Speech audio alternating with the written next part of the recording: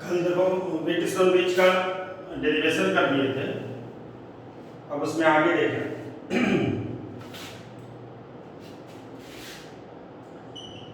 क्या कह रहा था क्या कि जिस दो टर्मिनल से बैटरी अटैच होगा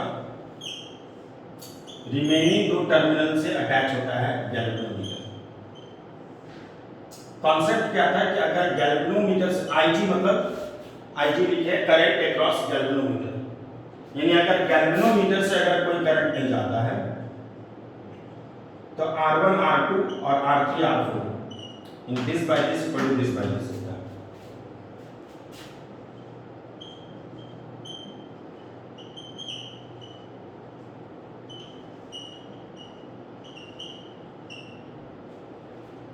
ये कॉन्सेप्ट था कि अगर गैल्वेनोमीटर के क्रॉस करंट नहीं जाएगा तो ये रेशियो सेम होगा। इसी के वाइस वर्सा ध्यान देना, इसी के उल्टा तुम ये बोल सकते हो कि अगर रेशियो सेम होगा, अगर रेशियो सेम होगा यानी R1 बाय R2 का अगर R3 बाय R4 के इक्वल होगा तो गैल्वेनोमीटर से कोई करंट नहीं जाएगा। इसी के उल्टा होगा, यानी फॉर एग्जांपल अगर ये 5 ओम है, ये 10 ओम है, ये 15 ओम है और ये 30 ओम है, तो चेक कर लो 5 बाय 10 इक्वल टू 15 बाय 30 होता है, तो तुम बोलोगे हाँ होता है। 1 बाय 2 का रेशियो, ये भी 1 बाय 2, ये भी रेशियो। तुम ऐसे से भी कर सकते हो और तुम ऐसे से भी कर सकते हो, है ना, कोई भी कर सकते हो, है ना? ऐसे से करोगे तो 1 बाय 3 का रेशियो होगा, लेकिन रेशियो सेम होगा। तो कहता है कि अगर रेशियो सेम होगा तो करंट नहीं जाएगा गैल्वेनोमीटर से, है ना। इसका मतलब अगर ये रेशियो सेम है तो इस होके कितना करंट जाएगा, 0 जाएगा। तो तुम्हारे पास दो ऑप्शन है, तुम बोल सकते हो कि अगर इससे करंट नहीं जाएगा तो रेशियो सेम होगा, या अगर रेशियो सेम होगा तो करंट नहीं जाएगा। करंट नहीं जाएगा इसका मतलब ये अगर C है और ये अगर D है, करंट अगर नहीं जा रहा है इसका मतलब ये पक्का है कि C का पोटेंशियल और D का पोटेंशियल क्या होगा, एक सा होगा। जैसे तुम देखता होगा घर में ये अगर इलेक्ट्रिक सॉकेट रहता है, ये 220 वोल्ट है और ये 0 वोल्ट है, ऐसे लगाओगे तार तब तो काम करता है, करंट इधर से जाता है। लेकिन दोनों तार अगर इसी में लगा दोगे तो बल्ब जलेगा। क्यों नहीं जलेगा? क्योंकि ओम्स ने कहा है कि अगर एक तरफ 12 वोल्ट और एक तरफ 4 वोल्ट है तो करंट 12 से 4 की तरफ जाता है। लेकिन अगर दोनों तरफ 12-12 वोल्ट रहेगा तो करंट जाएगा ही नहीं, यानी बल्ब नहीं जलेगा। करंट तभी फ्लो करता है जब पोटेंशियल का डिफरेंस होता है। जैसे वाटर का फ्लो तभी होता है जब हाइट का डिफरेंस होता है। तो रेशियो सेम है, इसका मतलब बीच से करंट नहीं जाएगा। और अगर तुमसे पूछता है कि बताओ तो C और D में किसका पोटेंशियल ज्यादा है या किसका पोटेंशियल कम है या दोनों इक्वल है, तो तुम एकदम बेझिझक बोल सकते हो, क्योंकि इस होके करंट जा ही नहीं रहा, इसका मतलब पक्का है कि C और D का पोटेंशियल क्या होगा, एक सा होगा। अच्छा, यहां पर अगर रेजिस्टेंस लगा देंगे तो क्या ये बल्ब जलेगा? तुमसे अगर पूछे बताओ क्या ये बल्ब जो है काम करेगा, तो तुम बोलोगे नहीं ये काम नहीं करेगा। क्यों नहीं काम करेगा? क्योंकि करंट ही नहीं है इस रास्ते में। रेशियो सेम है तो करंट जाएगा ही नहीं, और अगर करंट नहीं जाएगा तो ये बल्ब जलेगा कैसे, है? तो अगर ये बल्ब नहीं जलेगा तो हम बोले हैं तुमको कि ऐसा कोई भी चीज जो यूजलेस है यानी कोई काम का नहीं है तो उसको समेट के नहीं रखना है, उसको फेंक देना है, हटा देना, बेकार है। तो यहां पे ये बल्ब यूजलेस है, जलेगा ही नहीं, ऑन ही नहीं होगा, है ना। तो इसको रखने से कोई फायदा, रखेगा तो डिस्टर्ब करेगा तुमको, बार बार आंख पे आएगा बीच बीच में, तो इसको हटा दो। ये वेस्टेज है, इसको हटा दो, ये हटा दो।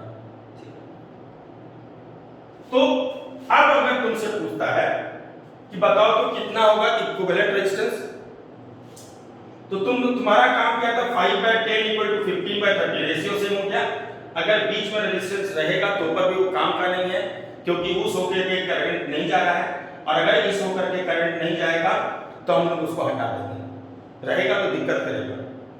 अब देखो साफ साफ दिख रहा है ये 5 और ये 10 किसमें सीरीज में, तो 5 + 10 कितना हो जाएगा 15। अब 15 + 30 कितना हो जाएगा 45, दोनों सीरीज में। और ये 45 और ये 15 किसमें है पैरेलल में। तो सॉल्व कर सकते हैं कि नहीं कर सकते, है ना। तो कई बार व्हीटस्टोन ब्रिज का क्वेश्चन में तुमसे इक्विवेलेंट रेजिस्टेंस पूछ देता है ना। अब देखो इस तरह से दिया जाएगा, तुमको चेक करना है पहले कि क्या ये व्हीटस्टोन ब्रिज है या नहीं है। पहचानने का तरीका बहुत सिंपल है, 2 टर्मिनल से बैटरी और रिमेनिंग 2 से गैल्वेनोमीटर। वैसे इस बार गैल्वेनोमीटर ने देखो रेजिस्टेंस दे दिया है, कोई दिक्कत नहीं है, तो ये व्हीटस्टोन ब्रिज ना, क्योंकि गैल्वेनोमीटर का भी कुछ ना कुछ तो रेजिस्टेंस होता ही होता है। अगर बीच में गैल्वेनोमीटर लगे उसका भी कुछ ना कुछ रेजिस्टेंस होगा। ऐसा कोई भी गैल्वेनोमीटर नहीं हो सकता है जिसका रेजिस्टेंस नहीं हो। क्यों? क्योंकि गैल्वेनोमीटर में तार लपेटा रहता है, कॉइल रहता है ना। जैसे पंखा में कैसे फैन में कॉइल रहता है कि नहीं सर, ऐसे गैल्वेनोमीटर में तार लपेटा रहता है, इसलिए उसका रेजिस्टेंस। तो फिलहाल देखो तो ये व्हीटस्टोन ब्रिज है नहीं, तो तुम बोलोगे हाँ है, रेशियो सेम है, R/R = R/R, हाँ रेशियो सेम है। जैसे देखिए अच्छा रेशियो सेम है तो उसको हटा दो, क्योंकि इस होके करंट जाएगा तो इसको तुरंत हटा दो। अब कहेगा बताओ इक्विवेलेंट के, तो ये R और ये R किसमें हो गया सीरीज में, तो R + R कितना हो गया 2R। फिर नीचे भी ये R और ये R सीरीज में है, इसको भी हटा दिया, R + R कितना हो गया 2R। और ये 2R और ये 2R पैरेलल, तो कितना जो 2R और 2R का पैरेलल 2R/2, इन कितना हो गया R। तो इसका इक्विवेलेंट रेजिस्टेंस कितना हो गया R। ये जी और एक तो क्वेश्चन कर लेते हैं।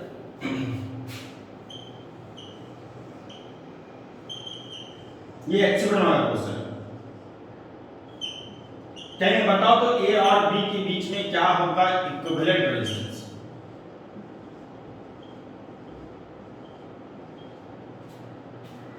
तो चेक करना है कि पहले व्हीटस्टोन ब्रिज है या नहीं। 2 मिनट इसको मिटा रहे, बाद में ले आएंगे।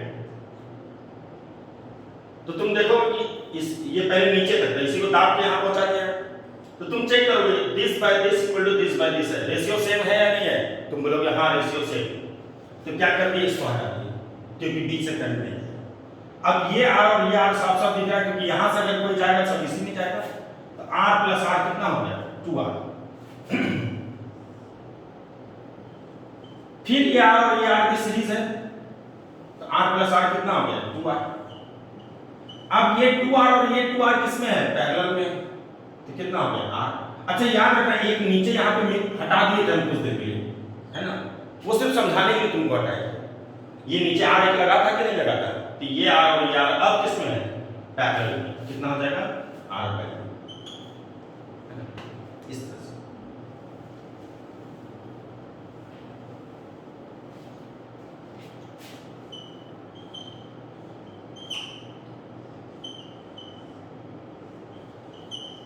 जैसे ये दिया हुआ है, बताओ तो A और B के बीच में क्या होगा इक्विवेलेंट रेजिस्टेंस। तो तुम देखना प्रीवियस क्लास में तुमको सिखाए थे कि अगर तुमको ये पता नहीं चले कि कौन सा रेजिस्टेंस सीरीज में है और कौन सा रेजिस्टेंस पैरेलल में है, तो जहां जहां जंक्शन है वहां 1 2 3 4 ये कर, ठीक। अब क्या करो, A और B को बनाओ थोड़ी दूर पे। A कौन हो गया 1, B कौन हो गया 4। 1 से कौन कौन है, 1 से 2 भी है और 1 से 3 भी है, रेजिस्टेंस है दोनों, डायरेक्ट कोई करेक्ट नहीं है। तब इसमें ध्यान देना, अभी जो बोलेंगे ना उसको ध्यान देना। देखो ये व्हीटस्टोन ब्रिज हम लोग पढ़ रहे हैं, ये ध्यान सुनना। अगर किसी एक पॉइंट पर एक से अगर अधिक रेजिस्टेंस अटैच हो, 1 नहीं मोर देन 1, एक से अधिक, एक पर नहीं बोल रहे हैं, एक से अगर अधिक रेजिस्टेंस रहेगा, अगर किसी पॉइंट पर एक से अगर अधिक रेजिस्टेंस अटैच रहेगा, तो तुम्हारा कोशिश रहेगा कि तुम उसको व्हीटस्टोन ब्रिज का शेप दो, है ना। तो यहां पे देखो तो A और B के बीच में निकाला था हमको इक्विवेलेंट, ए हो गया 1, बी हो गया 4। 1 से कौन कौन है? 1 से 2 भी है और 1 से 3 भी है। क्या इस सिंगल पॉइंट पर एक से अधिक रेजिस्टेंस है? तुम बोलोगे हाँ, 1 से 2 भी एक रेजिस्टेंस है, 1 से 3 भी एक रेजिस्टेंस है। जैसे देखिए अच्छा एक से अधिक रेजिस्टेंस है, तब क्या करेंगे, इसको शेप कैसा देंगे? विड्थ स्टोन ब्रिज का। तो 1 से 2 भी हो गया और 1 से 3 भी हो गया। रेजिस्टेंस का वैल्यू पुट करें 1 से 2 भी और 1 से ले लिया है, कंसीडर करके इसे रिपीट कर दे। बस इतना ही कर दे, तुम्हारा क्वेश्चन बन गया। यानी तुमको शुरू में समझना है कि एक पॉइंट पर अगर एक से अधिक रहेगा तो तुमको विड्थ स्टोन ब्रिज का शेप देना है। अब कहां पहुंच गए? 2 पे। 2 से 3 है और 2 से 4 है। 2 से 3 कितना हो गया? 8। देख लो 2 लिखा हुआ है, 3 भी लिखा हुआ है। अब 2 से 4, 4 भी लिखा हुआ है, लिखने की जरूरत नहीं है तुमको। अब कहां पहुंच गया? 3। 3 से कौन है? 4। सब हो गया। और इसको बढ़िया से बनाओ, किधर से करंट आ रहा है? ए से आ रहा है और बी से निकल रहा है। अब देखो तो this by this equal to this by this हुआ, तो बीच हट गया। ये आर और ये आर 2r, ये आर और ये आर 2r, और ये दोनों 2r पैरेलल में कितना हो गया? r हो गया, है। तो अगर तुमको ये पता नहीं चले कि कौन सा रेजिस्टेंस सीरीज में है और कौन सा रेजिस्टेंस पैरेलल में है, तो तुम्हारा काम क्या है? जहां जहां जंक्शन है वहां वहां 1 2 3 4 पुट कर दो। जैसे देखो ये ए है और ये बी है। हमको नहीं पता चल रहा है सर कौन सीरीज में और कौन पैरेलल में। हम सबसे आसान तरीका जानते हैं, 1 2 3 4 लिख देंगे। चलो ए और बी को बनाते छोड़ देते हैं। ए कौन हो गया? 1, बी कौन हो गया? 4। ए हो गया 1, बी हो गया 4। 1 से कौन कौन है? 1 से 2 भी है और 1 से 3 भी। जैसे देखेंगे अच्छा एक से अधिक है ना, तो हम इसको कैसा सेट देंगे? विड्थ स्टोन ब्रिज का सेट देंगे। 1 से 2 भी है और 1 से 3 भी है। 1 से 2 और 1 से 3 टिक जरूर करना, नहीं तो दोबारा लिखा जाता है। अब कहां पहुंच गया? 2 पे। 2 से 3 भी है, 2 से 4 भी है, सब लिखा हुआ पहले से। देख लो 2 से 3 इधर हो गया और 2 से 4 इधर हो गया। अब अंतिम बचा है 3 से 4 का। 3 से 4 कितना हो गया? r। सब ठीक हो गया। अब इसको बढ़िया से बनाओ, ए और B. This by this equal to this by this है, बीच ला हट गया। r और r 2r, r और r 2r, 2r और 2r पैरेलल, कितना हो गया? r। जैसे देखेंगे कि एक से अधिक है, तुरंत बनाने लगेंगे विड्थ स्टोन ब्रिज, है ना।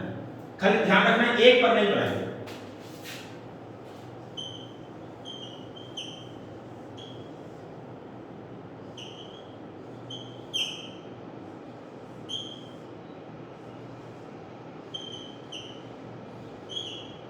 करे बताओ ए और बी के बीच में क्या होगा? इसका मतलब ये सटा हुआ नहीं है, एक ऐसे जा रहा है एक ऊपर जा रहा है, ओवरलैप करता है। अब फिर से वही कॉन्सेप्ट है, हमको पता ही नहीं चल रहा है कि सीरीज है या पैरेलल है। तो जहां जहां जंक्शन है वहां वहां 1 नहीं भी तो ऊपर भी कर सकता है, ऐसा कोई दिक्कत नहीं। 3 4 ये जंक्शन नहीं है, क्योंकit ये इधर से इधर जाएगा और ये इधर से इधर जाएगा, कोई शक नहीं आएगा दूसरे से, है ना। चलो ए और बी को बनाते थोड़ा दूर पे। ए कौन हो गया? 1, बी कौन हो गया? 5। 1 से कौन कौन है? 1 से 2 है। एक है या एक से अधिक है? तो तुम बोले नहीं ये तो एक ही है। तो आप अभी तुरंत ऐसा नहीं कि विड्थ स्टोन ब्रिज बनाने लगेंगे। विड्थ स्टोन ब्रिज तभी बनाएंगे जब एक से अधिक रहेगा। तो 1 से 2 एक ही रेजिस्टेंस है। क्या 2 लिखा हुआ पहले से? नहीं, तो इसका मतलब तुमको नया लिखना होगा। 1 से 2 कितना हो गया? 8। अब कहां पहुंच गए? टिक कर दिया है 2 पे। 2 से कौन कौन है? 2 से 3 है और 2 से 4 भी है। देखो यहां पे एक से अधिक है, 2 से 3 भी रेजिस्टेंस है और 2 से 4 भी रेजिस्टेंस है। अब बनाएंगे विड्थ स्टोन ब्रिज। तो 2 से 3 के बीच में कितना रेजिस्टेंस? तो ये r और ये r सीरीज है, एक ही साथ लिख देते हैं। तो 2r हो जाएगा। तो 2 से 3 के बीच में कितना रेजिस्टेंस हो गया? 2r। और 2 से और कौन है? 4, वो भी कितना है? 2r। ठीक कर। अब कहां पहुंच गए? 3 पे। 3 से 4 है और 3 से 5 है। अब लिखा हुआ है 3 भी लिखा हुआ है, 4 भी लिखा हुआ है, तो नया लिखने की जरूरत नहीं है तुमको। 3 से 4 कितना हो गया? 2r। और 3 से 4 हो गया, 3 से 5 भी हो गया, 5 इधर हो गया, कितना हो गया 2r। अब कहां पहुंच गए 4 पे, 4 से कौन है 5, कितना है 2r। इसको बढ़िया से बनाओ, तो ये r हो गया, दिस इसको तो मैं ढक रहे हैं, देखो this by this equal to this by this है, तो बीच वाला रेजिस्टेंस क्या हो जाएगा, हट जाएगा।